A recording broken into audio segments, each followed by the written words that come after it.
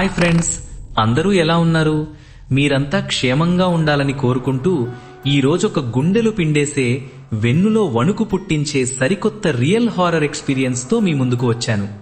మీరు మా ఛానల్ను ఆదరిస్తున్న తీరు, మీరు పెట్టే కామెంట్లు మాకు ఎంతో ఉత్సాహాన్నిస్తున్నాయి. ఇక ఆలస్యం చేయకుండా ఈరోజు మనం ఆ భయంకరమైన చీకటి సామ్రాజ్యంలోకి అడుగు పెడదాం.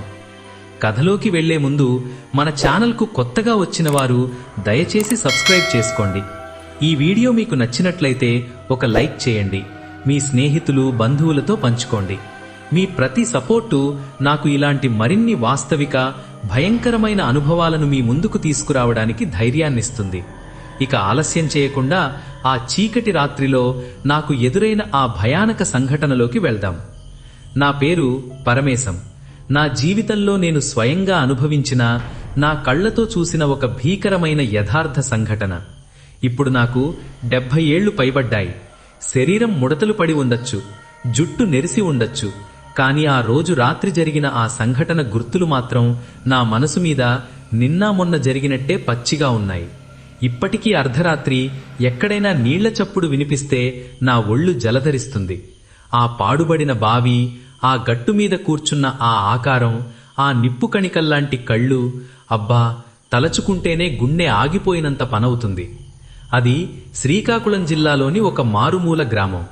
అప్పట్లో ఇప్పటిలా రోడ్లు, కరెంటు దీతాలు ఉండేవి కావు. సూర్యుడు అస్తమించాడంటే చాలు ఊరంతా నిశ్శబ్దంలో మునిగిపోయేది. గాలిలో ఆవుల అరుపులు, దూరంగా వినిపించే నక్కల ఊళలు తప్ప మరో శబ్దం ఉండేది కాదు. మాది వ్యవసాయం మీద బతికే కుటుంబం. మాకు ఊరి చివర పొలాలుండేవి. ఆ రోజుల్లో వరి కోతలు కోసి కుప్పలు వేసినప్పుడు రాత్రిపూట కాపలా వెళ్లడం అనేది ఒక తప్పనిసరి బాధ్యత. గడ్డివాముల దగ్గర, వరి కుప్పల దగ్గర ఎవరైనా దొంగలు పడతారేమోనని, లేదా అడవి పందులు వచ్చి నాశనం చేస్తాయేమోనని భయం. నాకప్పుడు 25 ఏళ్ల వయసు, ఒంట్లో రక్తం ఉడుకుతున్న కాలం. భయమంటే ఏమిటో తెలియని వయసు అది. మా నాన్నగారు ఆ రోజు మధ్యాహ్నం నుండే ఒంట్లో బాగోలేదని మంచం పట్టారు. ఒరే పరమేశం, ఈ రాత్రికి నువ్వే పొలానికి వెళ్లాలిరా, కుప్పల దగ్గర జాగ్రత్త, ఈ మధ్య దొంగల భయం ఎక్కువగా ఉంది అని చెప్పారు. అమ్మేమో, నాయనా, ఈరోజు అమావాస్య ముందు రోజు కదా, ఎందుకో నాకు మనసు కీడు శంకిస్తోంది, వెళ్ళక తప్పదా అని అడిగింది. నేను నవ్వుతూ, అమ్మా, ఏంటి ఈ పిచ్చి మాటలు, నీ కొడుకు పహిల్వాన్ లాంటివాడు, నాకు ఎవరి భయం లేదు అని ధీమాగా చెప్పాను. కానీ నాకప్పుడు తెలియదు, మనిషికి మనుషుల కంటే భయపడాల్సింది ఇంకోటుందని. రాత్రి 8 గంటలు దాటింది. భోజనం ముగించుకుని ఒక పాత లాంతరును వెలిగించాను. ఆ లాంతరు వెలుగు ఆ చీకటిలో చాలా చిన్నదిగా అనిపిస్తోంది. భుజాన ఒక గట్టి కర్ర వేసుకున్నాను. ఆ కర్ర నా ధైర్యానికి గుర్తు. పాత చెప్పుల చప్పుడు చేసుకుంటూ వీధిలోకి వచ్చాను. ఊరంతా గాఢ నిద్రలో ఉంది. కుక్కలు కూడా వింతగా మూలుగుతున్నాయి. సాధారణంగా అవి మొరుగుతాయి, కానీ ఆ రాత్రి అవి ఏడుస్తున్నట్టుగా వింత శబ్దాలు చేస్తున్నాయి. మా ఊరి నుండి పొలానికి వెళ్లే దారి చాలా ఇబ్బందికరంగా ఉంటుంది. ఒకవైపు చిన్న ఏరు, మరోవైపు దట్టమైన చెట్లు. దారి మధ్యలో ఒక పాత పాడుబడిన బావి ఉంటుంది. ఆ బావికి ఒక చరిత్ర ఉంది. అది ఎప్పుడు తవ్వారో ఎవరికీ తెలియదు, కానీ అందులో నీళ్లు ఎప్పుడూ నల్లగా, లోతుగా ఉండేవని పెద్దలు చెప్పేవారు. ఆ బావి చుట్టూ పిచ్చి మొక్కలు, రేగు పొదలు పెరిగిపోయి అది ఒక భయంకరమైన ప్రదేశంలా తయారైంది. పగలు కూడా ఆ బావి వైపు వెళ్లడానికి జనం జంకేవారు. ఎందుకంటే ఆ బావిలో ఎందరో ప్రాణాలు పోయాయని ఒక వదంతి ఉండేది. నేను పొలానికి వెళ్లే ప్రతిసారీ ఆ బావిని దాటుకుని వెళ్ళాలి. ఆ రాత్రి కూడా అదే దారిలో బయలుదేరాను. చేతిలో లాంతరు ఊగుతుంటే దారిమీద పడుతున్న నీడలు దయ్యాల్లా కదులుతున్నాయి. గాలిలో ఒక రకమైన చల్లదనం పెరిగింది. సాధారణంగా వేసవికాలం కాబట్టి గాలి వేడిగా ఉండాలి, కానీ ఆ బావి దగ్గరకు వస్తున్న కొద్దీ గాలి మంచులా చల్లగా మారుతోంది. నా మనసులో ఎక్కడో ఒక మూల చిన్న భయం మొదలైంది. నేను దాన్ని అణచుకుంటూ ఆంజనేయ స్వామి శ్లోకాన్ని మనసులో అనుకోసాగాను. బావికి ఒక 100 గజాల దూరంలో ఉన్నాను. చుట్టూ ఉన్న చెట్ల మీద గూబలు వింతగా అరుస్తున్నాయి. ఉన్నట్టుండి గాలి ఆగిపోయింది. Pin drop silence. ఏ చప్పుడూ లేదు. నా చెప్పుల చప్పుడు కూడా నాకు చాలా పెద్దదిగా వినిపిస్తోంది. ఆ నిశ్శబ్దాన్ని చీలుస్తూ ఎక్కడో దూరం నుండి నీళ్లలో ఏదో పడుతున్న శబ్దం వినబడింది. టపటప, చెప్ చెప్. ఎవరైనా నీళ్లలో బట్టలు ఉతుకుతున్నారా? ఈ అర్ధరాత్రి వేళ ఈ పాడుబడిన బావి దగ్గర ఎవరుంటారు? నా ఆలోచనలు వేగంగా సాగుతున్నాయి.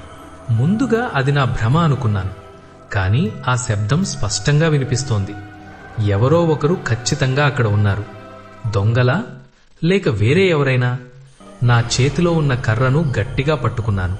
లాంతరును కొంచెం పైకెత్తి పట్టుకున్నాను. ఆ వెలుగు బావిగట్టు దాకా వెళ్లడం లేదు.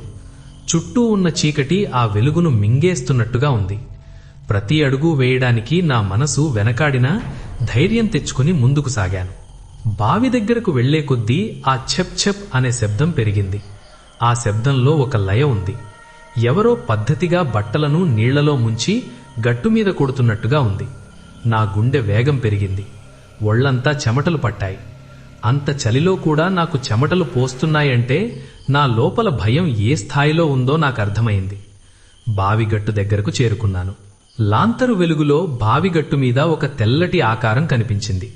అది ఒక ఆడమనిషి ఆకారం. తల వంచుకుని ఏదో పనిలో నిమగ్నమై ఉంది. ఆమె జుట్టు విరబోసుకుని ఉంది. ఆ జుట్టు ఆమె ముఖాన్ని కప్పేస్తోంది. ఆ ఆకారం నాకు చాలా తెలిసినట్టుగా అనిపించింది. నేను అలాగే స్తంభించిపోయాను. నా గొంతు ఎండిపోయింది. మాట్లాడదామని ప్రయత్నించాను కానీ మాట రావడం లేదు. ఆమె వేసుకున్న చీర, ఆ కూర్చున్న తీరు, ఆమె మా ఊరి పెద్ద కాపుగారి కోడలు వనజమ్మలా ఉంది. వనజమ్మ. ఆ పేరు వినగానే నా ఒళ్ళో వణుకు మొదలైంది. ఎందుకంటే వనజమ్మ చనిపోయి అప్పటికి పట్టుమని 10 రోజులు కూడా కాలేదు. నిండు గర్భిణీగా ఉన్న ఆమె ఇదే బావిలో పడి ఆత్మహత్య చేసుకుందని ఊరంతా చెప్పుకున్నారు. ఆమె ఆత్మకు శాంతి కలగలేదని, అప్పటి నుండి ఆ బావి దగ్గర వింతలు జరుగుతున్నాయని విన్నాను కానీ ఇలా కళ్ల ముందే చూస్తానని అనుకోలేదు. నేను చూస్తోంది నిజమేనా లేక నా భ్రమ? చనిపోయిన మనిషి తిరిగి ఎలా వస్తుంది? నా మనసులో వేల ప్రశ్నలు. కానీ నా కళ్ల ముందు కనిపిస్తున్న దృశ్యం మాత్రం పచ్చి నిజం. ఆమె గట్టుమీద కూర్చుని బట్టలుతుకుతోంది. కానీ విచిత్రమేమిటంటే ఆమె చేతిలో బట్టలు లేవు. ఖాళీ చేతులతోనే గట్టుమీద కొడుతోంది. ఆ చప్పుడు మాత్రం చప్ చప్ అని భయంకరంగా వినిపిస్తోంది. నా కాళ్ళు వణకడం మొదలుపెట్టాయి. వెనక్కి తిరిగి పారిపోదామా అనిపించింది. కానీ బావివైపు నుండి వస్తున్న ఒక అయస్కాంత శక్తి నన్ను కదలకుండా చేస్తోంది. ఆ రాత్రి ఆ ఒంటరి దారిలో ఆ పాడుబడిన బావి ముందు నా జీవితంలో అత్యంత భయంకరమైన అధ్యాయం ఇక్కడే మొదలైందని నాకు అర్థమైంది. వనజమ్మ నెమ్మదిగా తన పని ఆపి తల పైకెత్తడానికి ప్రయత్నిస్తోంది. నా కళ్ళు ఆమె వైపే ఉన్నాయి. ఆమె తల తిరిగితే నేను ఏం చూస్తానో అన్న భయం నా ప్రాణాలను తోడేస్తోంది. బావిగట్టు మీద కూర్చున్న ఆ ఆకారం నెమ్మదిగా కదలడం మొదలుపెట్టింది. నా కళ్ల ముందు ఉన్నది వనజమ్మే అని నా మనసు మొత్తుకుంటోంది కానీ నా బుద్ధి మాత్రం దాన్ని నమ్మడానికి నిరాకరిస్తోంది. చనిపోయిన మనిషి ఇలా ప్రాణంతో ఉన్నట్టుగా ఎలా కనిపిస్తుంది? అది ఈ అర్ధరాత్రి వేళ ఆ పాడుబడిన బావి దగ్గర. నా చేతిలో ఉన్న లాంతరు వెలుగు గాలికి రెపరెపలాడుతోంది. ఆ వెలుగులో ఆమె నీడ బావి గోడల మీద భయంకరంగా వికృతంగా కనిపిస్తోంది. వనజమ్మ. మా ఊరిలోనే అత్యంత కళకళలాడే ముఖం ఆమెది. ఎప్పుడూ నవ్వుతూ అందర్నీ పలకరించేది. కాని ఆమె జీవితం అంత త్వరగా, అంత ఘోరంగా ముగిసిపోతుందని ఎవ్వరూ ఊహించలేదు. ఆమె ఆత్మహత్య చేసుకుందా లేక ఎవరైనా చంపేసి బావిలో పడేశారా అనే విషయం మీద ఇప్పటికీ ఊర్లో రకరకాల చర్చలు నడుస్తూనే ఉన్నాయి. గర్భిణీగా ఉన్న మనిషి అలా అర్ధాంతరంగా చనిపోతే ఆమె ఆత్మ సవాయిగా మారుతుందని, ఆ చుట్టుపక్కల ఎవర్నీ తిరగనివ్వదని మా పెద్దవాళ్లు చెప్పే మాటలు నా చెవుల్లో మారుమోగుతున్నాయి. ఆమె తన చేతులతో గట్టును కొట్టడం ఆపేసింది. ఆ నిశ్శబ్దం మరింత భయంకరంగా ఉంది. చుట్టూ ఉన్న గాలి ఒక్కసారిగా స్తంభించిపోయింది. చెట్ల మీద ఉన్న పక్షులు కూడా కిక్కురుమనడం లేదు. ఆమె తన విరబోసుకున్న జుట్టును వెనక్కి నెట్టుకుంటూ నెమ్మదిగా తల తిప్పసాగింది. నా గుండె లయ తప్పింది. ఆ సెకండ్లలో నేను అనుభవించిన నరకం వర్ణనాతీతం. నా చేతిలో ఉన్న కర్ర నేల మీదకు జారిపోయింది. నా వేళ్లు లాంతరును గట్టిగా పట్టుకున్నాయి. లేదంటే అది కూడా కిందపడి ఆరిపోయేదే. ఆమె ముఖం మొదట చీకట్లో సరిగ్గా కనిపించలేదు. కాని ఆమె తల పూర్తిగా తిరిగినప్పుడు లాంతరు వెలుగు ఆమె ముఖం మీద పడింది. నా ప్రాణాలు ఒక్కసారిగా గాల్లో కలిసిపోయినట్లు అనిపించింది. అది వనజమ్మ ముఖమే, కానీ అందులో ఆ పాత కళ లేదు. ఆమె చర్మం నీళ్లల్లో ఎక్కువ కాలం నానిపోయి ఉబ్బిపోయినట్టుగా పాలిపోయింది. ముఖం మీద అక్కడక్కడ చేపలు కొరికినట్టుగా గాయాలున్నాయి. కానీ అన్నిటికంటే భయంకరమైనవి ఆమె కళ్ళు. సాధారణంగా మనుషుల కళ్ళు నల్లగానూ కాఫీ రంగులోనూ ఉంటాయి. కానీ ఆమె కళ్ళు అవి నిప్పు కణికల్లా మండుతున్నాయి. ఆ చీకటిలో 2 ఎర్రటి దీపాల్లా అవి వెలుగుతున్నాయి. ఆ కళ్ళలో కనిపిస్తున్నది ప్రేమ కాదు, బాధ కాదు, కేవలం పగ, క్రోధం మరియు ఒక రకమైన ఆకలి. ఆమె నా వైపు చూస్తోంది. ఆ చూపు నా ఆత్మను చీల్చుకుంటూ వెళుతున్నట్టుగా అనిపించింది. నేను కదలలేకపోతున్నాను, మాట్లాడలేకపోతున్నాను. నా శరీరం నా మాట వినడం లేదు. ఆమె తన నోరు తెరిచింది. ఆ నోటి నుండి మాటలు రావడం లేదు. కేవలం ఒక రకమైన గుర్గుర్మనే శబ్దం వస్తోంది. నీళ్లల్లో మునిగిపోయిన మనిషి గాలి కోసం ఎలా కొట్టుకుంటారో అలాంటి శబ్దం అది. ఆమె గట్టు మీద నుండి లేవడానికి ప్రయత్నిస్తోంది. ఆమె కదులుతున్నప్పుడు ఒక వింత చప్పుడొస్తోంది. ఆమె కట్టుకున్న తెల్లటి చీర నుండి నీళ్లు ధారలుగా కారుతున్నాయి. మరామె ఒంటి నుండి ఇన్ని నీళ్లు ఎలా వస్తున్నాయి? ఆమె గట్టు దిగి నేల మీదకు అడుగు వేసింది. ఆమె అడుగు వేసిన ప్రతి చోట నేల తడిసిపోతోంది. ఆమె నడక చాలా విచిత్రంగా ఉంది. ఎముకలు లేని శరీరం ఎలా ఊగుతుందో అలా ఆమె శరీరం అటూ ఇటూ ఊగుతూ నా వైపు రాసాగింది.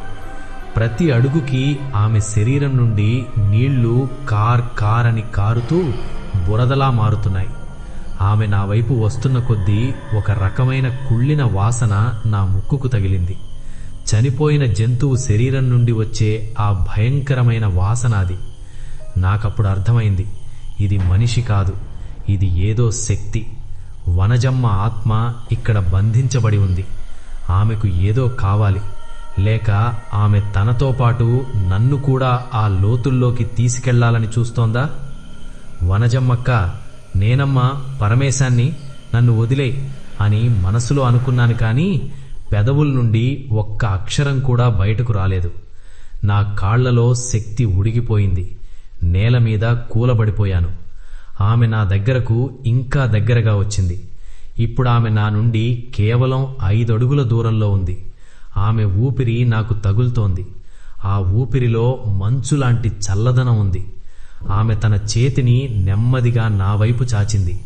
ఆ చేతి గోళ్లు చాలా పొడవుగా నల్లగా ఉన్నాయి. ఆమె వేళ్లు వణుకుతున్నాయి. ఆ చేతితో నన్ను తాకితే నేను కూడా శవంలా మారిపోతానన్న భయం నన్ను వెన్నాడుతోంది. నా పక్కనే ఉన్న లాంతరు వెలుగు తగ్గిపోతోంది. బహుశా అందులో నూనె అయిపోవచ్చు.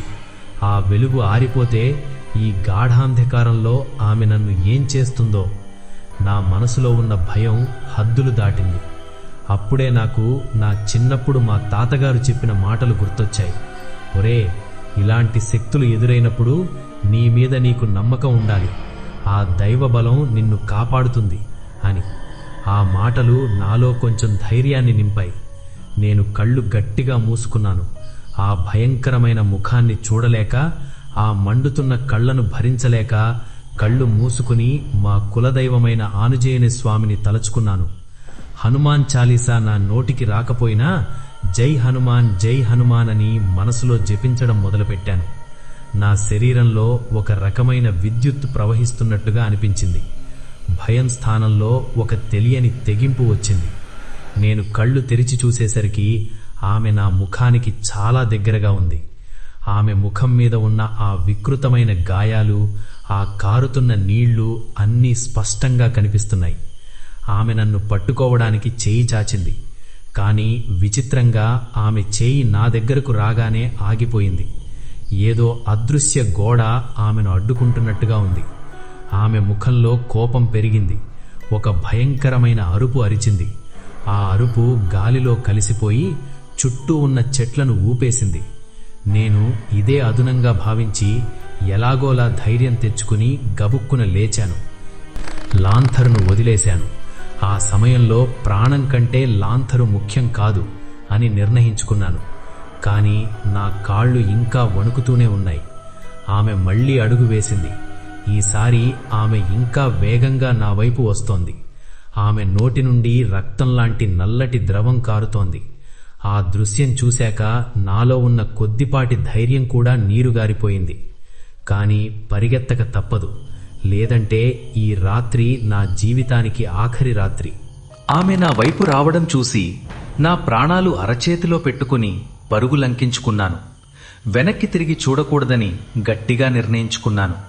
కాని నా వెనుక వినిపిస్తున్న ఆ శబ్దాలు నన్ను వణికించకుండా ఉండలేకపోయాయి. బురదలో ఎవరో వేగంగా నడుస్తున్నట్టుగా చపా చపా అనే చప్పుడు ఆమె నా వెంటే వస్తోంది.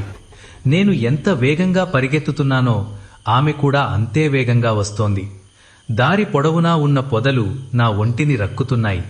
పిచ్చి మొక్కలు నా కాళ్లకు అడ్డం పడుతున్నాయి. అయినా సరే నేను ఆగలేదు. హనుమాన్, హనుమాన్ అని అరుస్తూనే ఉన్నాను.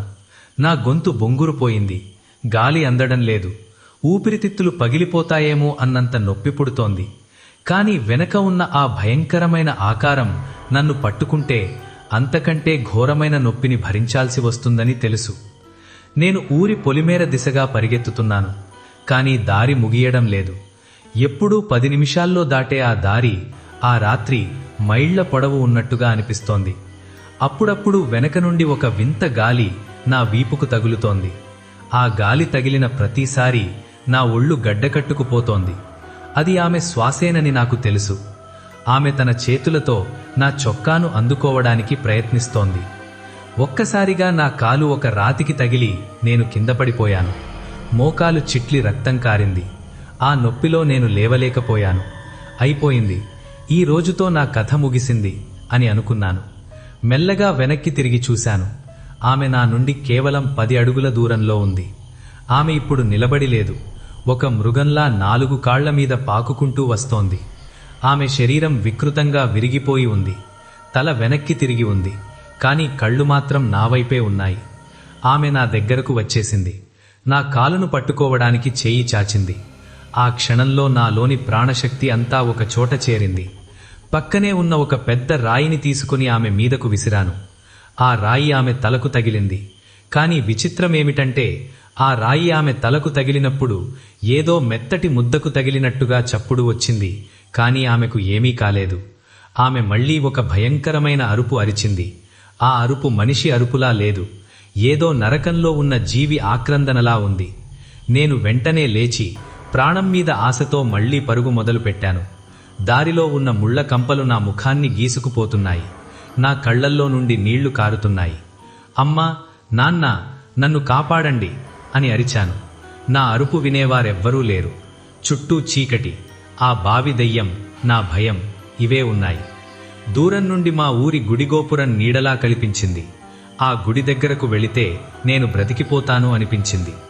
గుడి గంటలు నా చెవుల్లో మ్రోగుతున్నట్టుగా ఒక భ్రమ కలిగింది. ఆ నిశ్శబ్దంలో ఆ గంటల చప్పుడు నాకు ధైర్యాన్నిచ్చింది. నేను నా వేగాన్ని మరింత పెంచాను. వెనక నుండి వస్తున్న ఆ చపా చపా శబ్దం నెమ్మదిగా తగ్గుతోంది. బహుశా ఆమె ఊరి పొలిమేర దాటలేదేమో, లేదా ఆ గుడివైపు రావడానికి ఆమెకు శక్తి సరిపోవడం లేదేమో. ఏదేమైనా నేను మాత్రం ఆగలేదు. గుడి ఆవరణంలోకి రాగానే అక్కడున్న అరుగు మీద కుప్పకూలిపోయాను. నా గుండె ఎంత వేగంగా కొట్టుకుంటోందంటే అది నా పక్కన ఉన్నవారికి వినిపించేంతగా ఉంది. గొంతులో నుండి రక్తం వాసన వస్తోంది. నేను అలా ఎంతసేపు ఉన్నానో తెలియదు. నిశ్శబ్దం ఆవరించింది. మెల్లగా తల ఎత్తి పొలిమేర వైపు చూశాను. దూరంగా చీకటిలో ఆ తెల్లటి ఆకారం నిలబడి ఉంది. ఆమె ఆ బావిదారిలోనే ఉంది. కాని ఊరి లోపలికి రాలేదు. ఆమె కళ్ళు ఇంకా నా వైపే చూస్తున్నాయి. ఆ చూపులో ఒక రకమైన హెచ్చరిక ఉంది. మళ్లీ రా, చూసుకుందాం అని అంటున్నట్టుగా ఉంది. నేను వణుకుతూనే లేచి మా ఇంటివైపు నడిచాను. దారిలో ఎవరూ కనిపించలేదు. ఇంటి తలుపు గట్టిగా బాదాను. అమ్మ తలుపు తీసింది. నా ముఖం చూసి ఆమె తెల్లబోయింది. ఏమైందిరా పరమేశం? ఏంటి ఈ గాయాలు? ఈ రక్తమేంటి? లాంటర్ను ఏది? కర్ర ఏది? అని కంగారుగా అడిగింది. నేను సమాధానం చెప్పలేకపోయాను. నా నోటి నుండి ఒక్క మాట కూడా రాలేదు. గదిలోకి వెళ్లి మంచం మీద పడిపోయాను. ఆ రాత్రి నాకు విపరీతమైన జ్వరం వచ్చింది. జ్వరంలో నేను కలవరిస్తున్నాను. వనజమ్మక్క వస్తోంది. ఆ కళ్ళు, ఆ నీళ్లు, నన్ను వదిలే అని అరుస్తున్నాను. మా అమ్మా నాన్న భయపడిపోయి ఊరి పూజారిగాయని పిలిపించారు. ఆయన నా నుదుట విభూతి పెట్టి ఏదో మంత్రం చదివారు. నా మొలలో ఒక రక్షరేకు కట్టారు. అయినా సరే నా వణుకు తగ్గలేదు. ఆ రాత్రి నా కళ్ల ముందు నిరంతరం ఆ భయంకరమైన ముఖమే కనిపిస్తోంది. మరుసటి రోజు ఉదయానికి వార్త ఊరంతా పాకింది. పరమేశం ఏదో చూశాడని, పాడుబడిన బావి దగ్గర ఏదో జరిగిందని జనం గుసగుసలాడుకుంటున్నారు. కొందరు అది నా భ్రమ అన్నారు, కొందరు నేను తాగి ఉన్నాను అన్నారు. కానీ నా ఒంటి మీద ఉన్న ఆ గాయాలు, నా ముఖంలో ఉన్న ఆ ప్రాణభయం చూసిన వారికి మాత్రం తెలుసు నేను చూసింది నిజమేనని. వనజమ్మ ఆత్మ ఇంకా ఆ బావిలోనే ఉంది. ఆమె శాంతించలేదు. ఆమె మరణం వెనక ఉన్న రహస్యమేంటో ఎవ్వరికీ తెలియదు. కానీ ఆ రహస్యం ఆమెను ఒక భయంకరమైన శక్తిగా మార్చేసింది. ఆ రాత్రి జరిగిన సంఘటన తర్వాత నేను దాదాపు 3 రోజుల పాటు స్పృహలో లేను. విపరీతమైన జ్వరం, ఒళ్ళు నిప్పులా కాలిపోయేది. తడిబట్టలు వేసినా జ్వరం తగ్గలేదు. ఆ జ్వరంలో కూడా నేను అదే బావిని, అదే వనజమ్మను చూస్తూ ఉండేవాడిని. నాకు స్పృహ వచ్చినప్పుడు నా చుట్టూ మా నాన్న, అమ్మ, ఊరి పెద్దకాపుగారు మరియు మా ఊరి సిద్ధాంతిగారు ఉన్నారు. ఏమైంది నాయనా, ఆ రాత్రి ఏం చూశావ్ అని సిద్ధాంతిగారు నెమ్మదిగా అడిగారు. నేను జరిగిన విషయాన్ని ఏమాత్రం దాచకుండా పూసగుచ్చినట్టు చెప్పాను.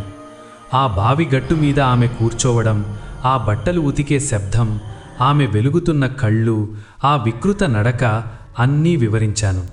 నా మాటలు వింటుంటే సిద్ధాంతిగారి ముఖం గంభీరంగా మారింది. ఊరి పెద్దకాపుగారి కళ్లల్లో నీళ్లు తిరిగాయి. వనజమ్మ ఆత్మ ఇలా సవాయిగా మారిందంటే ఆమె మరణం సహజమైనది కాదు. ఆమె మనసులో ఏదో తీరని కోరిక ఉంది. అందుకే ఆమె ఇలా తిరుగుతోంది.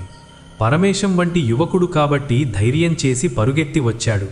లేదంటే ఆ రాత్రి తనతో పాటు బావిలోకి తీసుకెళ్ళిపోయేది అని సిద్ధాంతిగారు చెప్పారు.